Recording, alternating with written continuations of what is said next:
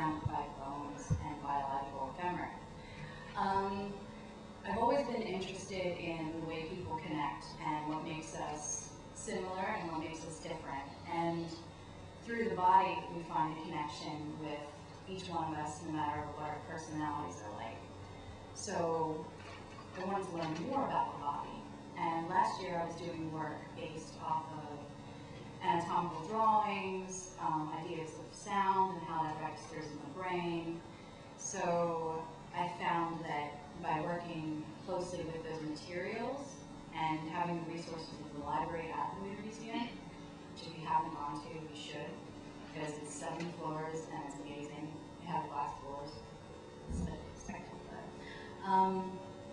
But I wanted to be closer to all those materials so that I could integrate myself more with the processes of our humanness. And also, I wanted to expand upon my physical skills. You know, in textiles, a lot of stuff I tend to do is delicate. It's very physical, but it's delicate.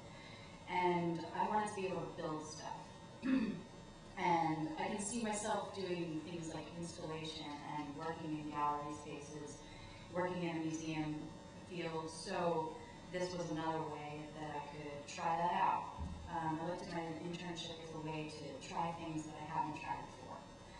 And so my days there were spent, like 3 days a week I worked with Brandon and Emily in one room where we were making this room into a completely new space based off of a 10 grand budget. It wasn't much at all. And for all they wanted to do, we had to figure out ways to make that happen and improvise with like very little money, very little resources.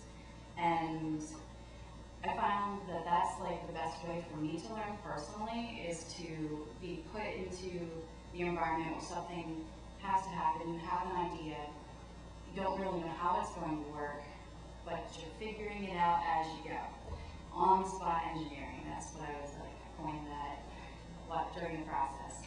And using the tools every day, like I got more acclimated to the loud sounds of power tools, which was exciting because I'd always been around them but never really got to use them that much. And I'm not even flipping my pictures, I'm sorry. So,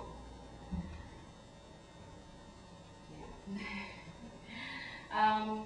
So I was interested in also researching for thesis. So a lot of the time I spent a few hours a day actually in the library and looking up the function of the brain and the ear in particular, because I wanted to know what happens when you're listening and when you're communicating. So I found that my experience at the Muir Museum was helpful in formulating a more concrete direction for my thesis, for my personal work. And it also allowed me to expand my career options. Yeah. There's some pictures here.